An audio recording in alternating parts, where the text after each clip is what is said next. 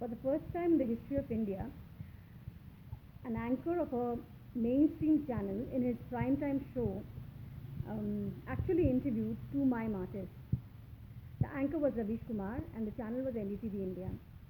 The reason was the news that broke yesterday that NDTV India would be banned for a day on the 9th of November.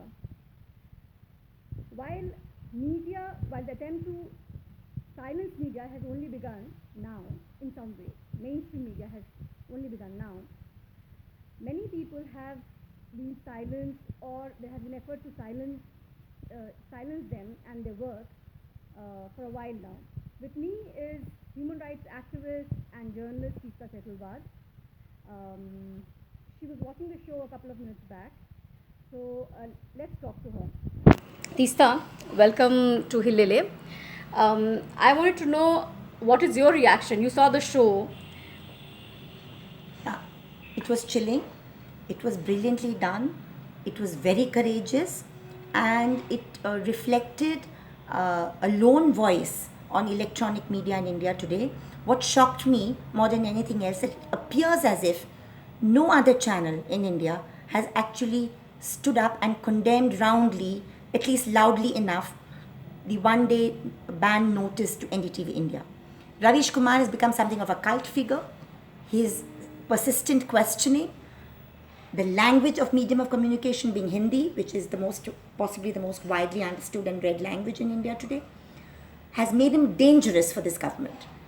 What the rest of the media should realize is that this is fascism at work. Fascism comes not necessarily in one fell swoop, but slowly. And I think this is ominous. As you yourself said, it's not the first time. Even with Modi coming in as the Prime Minister-elect, magazines were told what to print and what not to print. Channels, for a long time now, with the exception of possibly NDTV, have been actually playing the government's game. And I think what's happening in India today is frightening for freedom and democracy. The reason given is the Pathankot coverage. Do you think that is the reason, or do you think even if that's the reason, that's a good reason to ban a channel for a day? It's a very puerile excuse that the government is coming up with.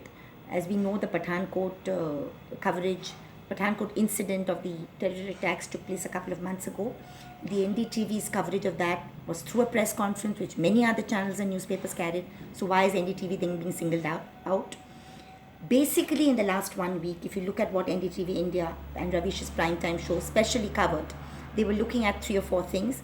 They were looking in a very, very terse and critical way at a shocking killing in Bhopal, killing of under trials by the Bhopal police, justifying their criminal acts.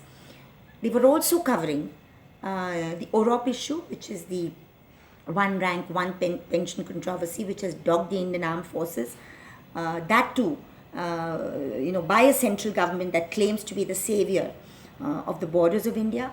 And I think the final straw probably was the fact that the opposition parties, particularly the Congress, Rahul Gandhi, Arvind Kejriwal, have been taking up this issue very, very stringently, and NDTV India was covering that. Here we have a government and a person at the helm in the government who cannot not just bear criticism, but is a demagogue unto himself. He likes himself to be portrayed in a certain way. And today's mime criticism of what we are going through in India was brilliantly conceived because it was a satire on the Prime Minister himself. What do you think is the future of media in this country? I mean, in next few years, looking at the fact that we are nowhere close to the general elections anytime. 2.5 more years to go. Yeah. Several state elections on the way. The ruling party has faced defeats in many state elections recently. Next year is very crucial. Uttar Pradesh, the largest state, is very crucial. Gujarat, the home state of the Prime Minister, is very crucial. And the signs are not that good for the ruling party. If they feel that too much sharp, trenchant media coverage harms their chances further, I don't see the party in power at the center stopping at much. They actually, post 2007 in Gujarat till 2013, really managed to suppress many of the independent voices with a few noble exceptions. and they're trying to now do this at a national level. The fourth pillar of democracy is in danger, clearly. Seriously in danger. Let's also not forget what happened at the Indian Express Awards yesterday and day before yesterday, where obviously under some sort of pressure, the Prime Minister was asked to give away the awards. And a senior journalist from the Times of India, who was a recipient of one of the awards for a book he had written, Akshay Mukul, refused to take an award from a sitting Prime Minister on grounds that he is too polarizing a figure.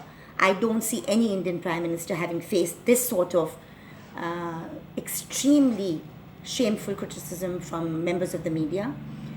The Indian Express editor Ravish Kumar, in his wind-up speech at the award ceremony, also made a very, very pertinent point when he said criticism from the government by a journalist should be worn as a badge of honor.